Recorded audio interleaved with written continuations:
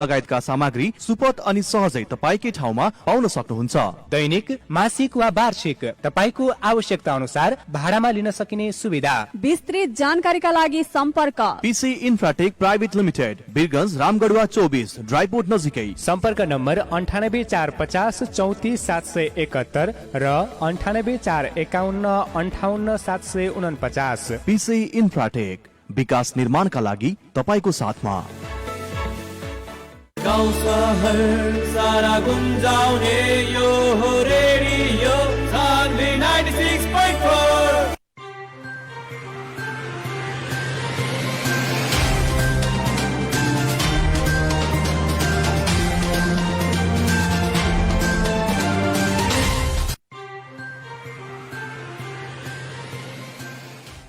नमस्कार, प्रणाम आदरणीय दर्शकबिन, अभिरुवा देख रहल बानी रेडियो सान्वी के प्रस्तुति कार्यक्रम आमने सामने। कार्यक्रम आमने सामने के साथ हम कार्यक्रम प्रस्तोता विशाल यादव रौरा लोगिन के साथ उपस्थित हो चुकल बानी। समसामयिक विषय पे निरंतर चर्चा रेडियो सान्वी के साथ कार्यक्रम आमने सामने के साथ सुन रहल बानी, देख रहल बानी। आदरणीय श्रोता, आज हमने विशेष बात करें सन भोजपुरी साहित्य के ऊपर, और भोजपुरी के बहुत ही अच्छा साहित्यकार प्रिया मिश्रा जी हमनी के स्टूडियो में उपस्थित बानी। सबसे पहले वहाँ कार्यक्रम आमने सामने में स्वागत करके जाए। स्वागत बड़े प्रिया मिश्रा जी कार्यक्रम आमने सामने में। धन्यवाद रेडियो सान्वी के जी।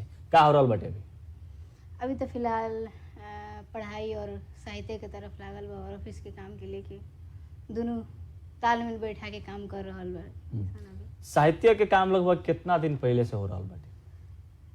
साहित्य के काम तो हम स्कूल पढ़े के समय से ही करेनी, और असली में साहित्य का है वो हम ये 3-4 साल में 2 हम किताब लिख ले बानी, तब से हम जानल बानी। एगो पढ़े के तो हमर जौन सिलसिला बा, पढ़े के जौन चलत रहे वो हमार स्कूल लाइफ से ही हमरा साहित्यकार लोग के किताब पढ़े के बहुत शौक रहे, और शुरू से हम पढ़त भी आ रहल बानी। यहाँ तक कि स्कूल में भी जब हमनी के क्लास वर्क करे के बेरा या क्लास में हमनी के जब जौन बुक रहत रहे उमें बहुत सारा पोएम भी रहेला, स्टोरी भी रहेला, ये सब पढ़े के हमनी के मौका मिलेला, और शायद उन्हें से हम प्रभावित होके साहित्य के तरफ और लगनी। जब हम किताब पढ़ल शुरू करी साहित्यकार लोग के, तो हमरा लागल कि साँचो ऐसे बढ़िया चीज़ कुछ और नहीं के हो सकत। एकरा के हम अपन होखेला एगो हथियार बना के हर चीज़ पर अपन कलम चलावेनी, और मन में जौन भी पीड़ा, विरोध, प्रेम जौन भी चीज़ जागेला ओकरा खातिर हम अपन कलम के इस्तेमाल करेनी। बोलला से ज़्यादा हम लिखला में विश्वास रखेनी। जी।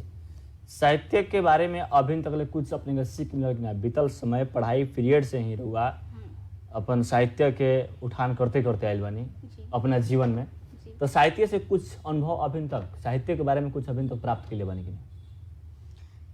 साहित्य से कहल जाला एगो जीवन जिए के नया तरीका सीख ले बानी सन। उससे भी ज़्यादा हमने के साहित्यकार का पहले ई बुझे, साहित्यकार अपन प्राण निकाल के अपना साहित्य में अपना सृजना में डालेला। जौन बोल ना पावेला उ लिखेला, और शायद हमरा लागेला कि साहित्यकार समाज के ऐनक ह। साहित्यकार जौन चीज़ लिख देवेला वो बहुत लोग के ना लौकेला, और साहित्य पढ़ के हमने के समाज के देखे के एगो नजरिया बदलेला, और उनमें बहुत सारा चीज साहित्य में अधिकतर हुआ देखे में तो सच्चाई लिखल रहेला। 2 किताब ही लिख ले बानी, एगो जो नेपाली में किताब लिखनी, एगो भोजपुरी में किताब लिखनी। वो किताब मार्केट में कितना चलल? हमार पहले जो किताब रहे माया, वो तो नेपाली में रहे, नेपाल के सिवा और जगह के लोग के समझल थोड़ा बुझल मुश्किल रहे, पर फिर भी वो हमार पहला उपलब्धि रहे, और वो बहुत ही अच्छा हमरा खातिर उपलब्धिजनक भल। तभी हम दूसरका किताब प्रकाशित करें, और दूसरका हमार भोजपुरी में रहे, तो नेपाल से लेके भारत तक के लोग पसंद कैलक, और अभी भी पसंद करत आ रहल बा लोग। शायद हमरा उहे किताब की उपलब्धि है कि रोवा आज हमरा से बात भी करे खातिर यहाँ बैठल बानी।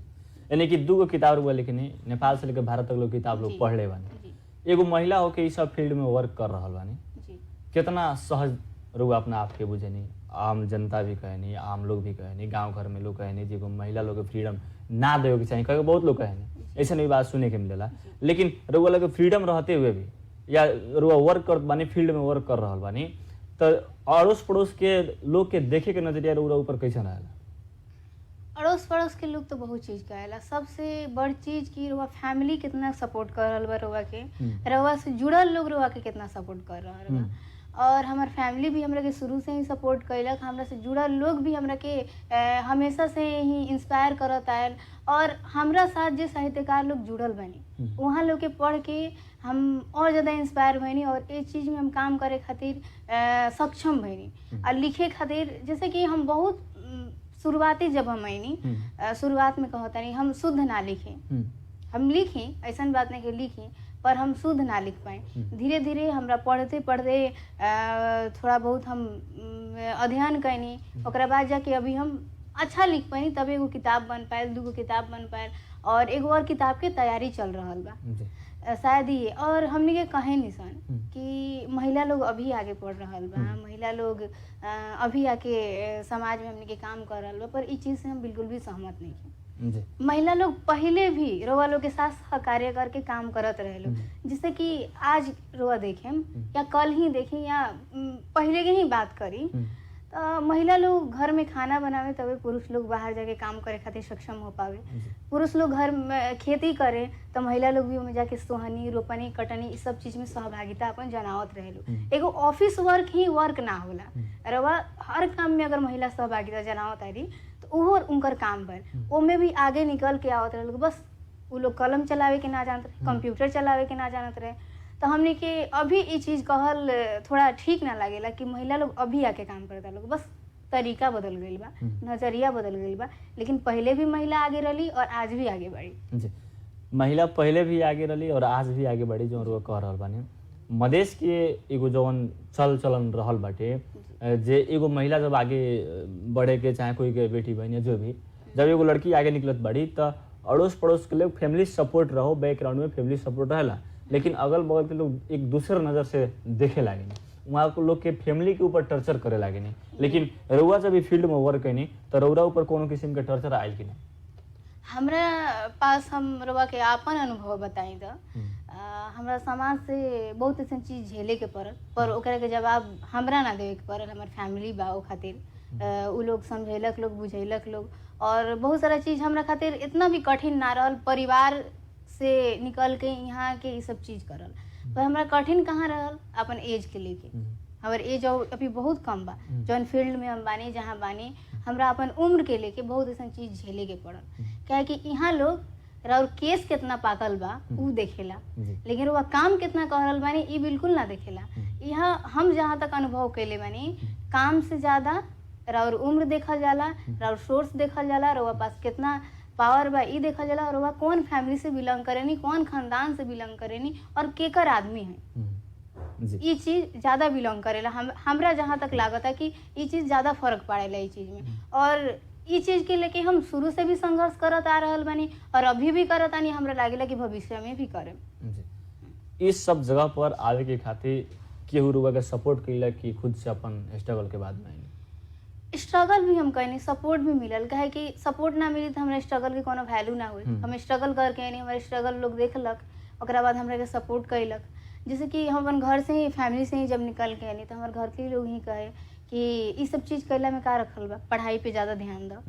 तो हम साथ में पढ़ाई के साथ साथ एकरा के भी लेके चलनी। बहुत लोग के लागल कि मैं पैसा नहीं के कुछ भी नहीं के का बा। साहित्यकार लोग के बहुत सारा पंडित दीपनारायण मिश्र जी के ही देखी जो भोजपुरी के विश्व पितामह हैं, हमने के बहुत सम्माननीय व्यक्ति हैं। वहाँ पर हम बात करे के चाहें, वहाँ के बहुत सारा हम कृति कोनो पढ़ना ही ना रही वहाँ की, तो वहाँ की कृति का होगा ओकरा के संकलन के करी तो वहाँ के पहले अब थोड़ा उचित सम्मान मिल रहा बा, लेकिन पहले वहाँ के देखलक कोई ना देखलक। तो वहाँ लोग के देख के हमने के परिवार हमने के फैमिली डरा के रहल कि हमने के भी बच्चा सबके में भविष्य बर्बाद हो जाए, पर उस चीज़ पर हम ध्यान ना देनी। हम कहने कि ना एमे कुछ होई, हाँ पैसा हम और भी काम करके कमा सकेनी, हमारा अभी एज बा, हम कहीं भी काम कर पाए, कहीं भी कुछ कर पाए, लेकिन एकरा के हम अपन पार्ट टाइम लेके काहे ना चली जी। अब जहाँ तक देखल है एगो साहित्यकार बनी, एगो साहित्यकार के अभी के बहुत कहनी हम बहुत कम उम्र में जौना जगह पर ना पुगे के तौना जगह पर पुगल बानी, बढ़िया एगो जगह पर पुगल बानी, रउआ अपना उम्र से भी आगे जगह पर पुगल बानी। देखल हो तो एगो साहित्य जहाँ तक एगो आम पब्लिक भी जाने के चाहत बने और सुने के चाहत बने, जब एगो साहित्यकार बने एगो साहित्य आम पब्लिक के बीच में सुना सकत बनी अभी? जी बिल्कुल। हमार अभी हाल फिलहाल में एगो किताब जौन आयल रहे नारी अस्तित्व बोध भोजपुरी में कविता संग्रह, ओमे एगो हम कविता लिखले रहनी माई की जवानी। जैसे कि हमने के आपन जवानी होखेला सबके ऊपर, हमके ई भोर पर आ जाने सन कि हमने के बाबूजी के माई के दादी दादाजी के भी पहले कबो जवानी रहल हुई जी जी, और वहाँ लोग के भी दिन रहल हुई, तो वही पर एगो हम कविता लिखले बनी, सुनल जाओ। शायद माई के झुरियन अब बुढ़ापा के पीछे, शायद माई के झुरियन अब बुढ़ापा के पीछे एगो जवानी भी रहे हमने भुला गल बानी सन। शायद माई के झुरियन अब बुढ़ापा के पीछे एगो जवानी भी रहे शायद हमने भुला गल बानी सन। एगो दिन रहे जब माइयो जवान रहली, लाल सलवार सूट आ लेलरा पर एगो करिया बिंदी लगा के जब लड़की ओढ़निया खेतवा में लहरावत रहली, तो ना जाने कितनन के मन सावन के गीत गावत रहे। जब माइयो जवान रहली, लाल सलवार सूट आ लीलरा पर एगो करिया बिंदी लगा जब लड़की ओढ़निया खेतवा में लहरावत रहली, तो ना जाने कितनन के मन सावन के गीत गावत रहे। औरी सुना, औरी जब माई अपन बदरा नियर करिया केस, जब माई अपन बदरा नियर करिया केस खोल के पाँव में पायल पहिर किताबन हाथ में धई के जब कॉलेज ला निकलत रहली, तो ना जाने कितनन के सपना में वो पायल के शोर कयन रात जगावे, तो ना जाने कितनन के सपना में वो पायल के शोर कयन रात जगावे। और ही सुनी, माइयों के खिलखिलाहट से उनकर अंगना दुआर खेत खरियान सब गुलजार हो उठत रहे। और ही सुनी, माइयों के खिलखिलाहट से उनकर अंगना दुआर खेत खलिहान सब गुलजार हो उठत रहे। माइयों एक दिन अपना हवेली की राजकुमारी रहली, जेकर नखरा उनकर सारा नैहर उठावत रहे, जेकर नखरा उनकर सारा नैहर उठावत रहे। और माइयों अपना बाबूजी के करेजा के टूका अब माई के आँखिन के पुतरी रहली।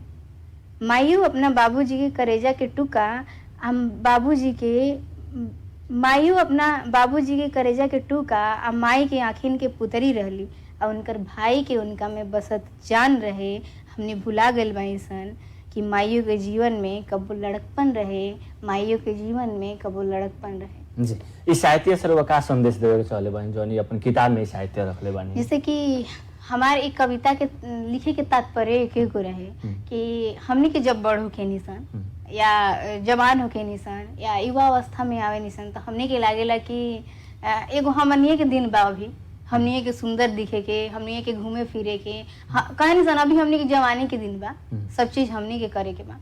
लेकिन ई हमने के कबो भूल जाए इंसान कि हमने के माँ बाप, हमने के घर के लोग भी जे हमने के बड़ बानी लोग, बड़ बुजुर्ग बानी लोग, वहाँ लोग भी दिन से गुजरल बानी, वहाँ लोग के भी कबो ई समय रहे, पर हमने सोचे नहीं सन कि वहाँ लोग इस समय से नहीं लोग गुजरल। हमने के जौन अभी चाहिए उन लोग के कबो जरूरत ही ना पड़ल हो, हमने के भूल होखेला।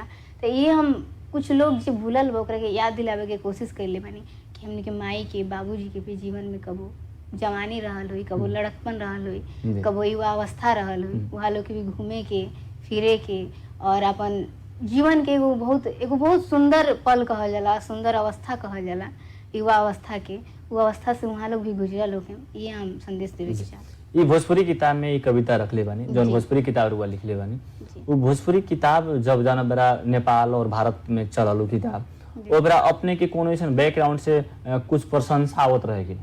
हाँ बिल्कुल, बहुत सारा लोग, जैसे कि देखें सोशल मीडिया पे रेडियो टेलीविजन से भी ज़्यादा आनंद कौन प्रशंसा देवेला जब रुआ के कोई फ़ोन करके कहेला कि बेटा मन्नू बहुत अच्छा लिखा तारू, बहुत सुंदर लागल तहार पढ़ के। और हमरा बहुत ऐसा लोग के जेकरा से हम अपेक्षा भी ना करे रहनी कि हमारे किताब के पलट के भी देखी लोग, वो लोग हमरा के फ़ोन कैनी, मैसेज कैनी, और बहुत पेपर वाला भी लोग लिखलक, जैसे कि स्थानीय पेपर में ही बहुत सारा में चर्चा भई रहे किताब के। इंडिया से भी, पटना से एगो न्यूज़पेपर में एक किताब के प्रशंसा भई रहे, और भी लोग पोस्ट कर लेना नहीं होत रहेला। लेकिन इतना समग्र अपना समग्र में बात कर ले, अपना सफलता के ऊपर हम बात करेंगे चाहे, इतना बीतल समय में जब एगो नेपाली किताब लिखनी, भोजपुरी किताब लिखनी, नेपाली किताब नेपाल भर में ही रह गई, भोजपुरी किताब और पड़ोस देश भारत में भी चल, लेकिन ये किताब लिखला के बावजूद एगो साहित्यकार होके के नाता से आगामी प्लानिंग राउर कौना तरीका के रहल बाटे, काथी करे के रउआ चाह रहल बानी अपने जीवन में? हम लिखे खातिर हमार और भी भाषा हो सकेला, हिंदी में हम लिख सकेनी, हिंदी में बहुत बड़ बड़ साहित्यकार भइल बा लोग, यहाँ तक कि हम इंग्लिश भाषा के यूज कर सकेनी। इंग्लिश में लिखेम तो हमार होखेला विदेश में इंटरनेशनल लेवल पे वो किताब आई। नेपाली में लिख सकेनी, नेपाली में भी अच्छा स्कोप बा, पर हम भोजपुरी में काहे लिखनी, एक जवाब हम रवा के देम। भोजपुरी हमार मातृभाषा यानी कि हमार माँ के भाषा, और भोजपुरी के ऊपर इतना गंदगी, इतना आलोचना भइल बा कि वो देख के हमार लागल कि हमरा भोजपुरी में लिखल, और हमरा ही ना, हमरा जैसन बहुत लोग के भोजपुरी में आवल बहुत जरूरी बा। अगर भोजपुरी में खाली अश्लीलता बा तो सलील चीज भी दिखावे की जरूरत बा हमने के। और जब हम भोजपुरी में लगनी तो वह यूट्यूब पे सर्च करी, अगर वह अश्लील सर्च करब न तो खाली अश्लीले आई, तो वह सलील सर्च करके देखी। हम होखेला हमरा जब समय मिलेला तो हम हिंदी मूवी से ज्यादा भोजपुरी मूवी देखे नहीं, और एमे वो देखे कि हम चाहे नहीं काहे में अश्लीलता दिखावल गइल, लोग ए पर इतना टीका टिप्पणी करेला, और उस चीज के हमनी कैसे सुधार सकता है इंसान। तो हम बस एगो ईंट रखले बानी, ओकरा के घर बनावे के काम सब लोग के बा। तो हमरा साथ हैं लोग, हमरा के सपोर्ट करी लोग, हम ये चाहें। और हमरा जैसन बहुत लोग आवे, ज्यादा करके युवा लोग ना आवे के चाहेला, इस चीज पर लिखे के ना चाहेला, बोले के ना चाहेला, पर हम बोले के चाहे नहीं।